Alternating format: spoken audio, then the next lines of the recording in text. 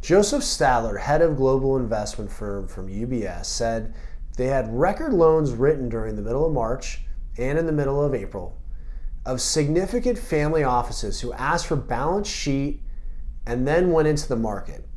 They bought, for example, US equities, but they didn't buy 50 million. They bought $1 billion plus of those equities to rebalance, and they made a lot of money.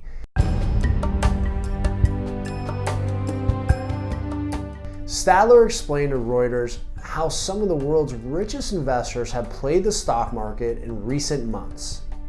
Basically, they bought the dip during the rout earlier this year.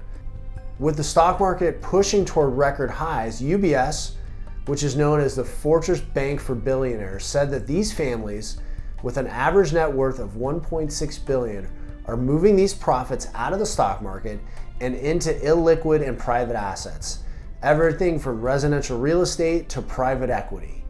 In a UBS survey earlier this week, 75% of the bank's wealthy investors said they believe life will never be the same again as the human and economic costs of the pandemic mount.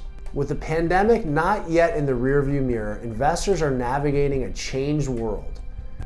Most will find their way with clear priorities, trusted guidance, and a continued appreciation for the most important things in life. It's time for you to rethink your investment strategy.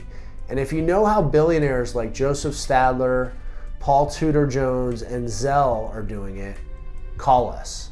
If you're interested in investing in precious metals and you want to talk to a no-hassle representative that has experience in physical metal, give us a call. Phone number is 877-646-5347. Our phone lines are always open, and we're happy to answer any of your questions.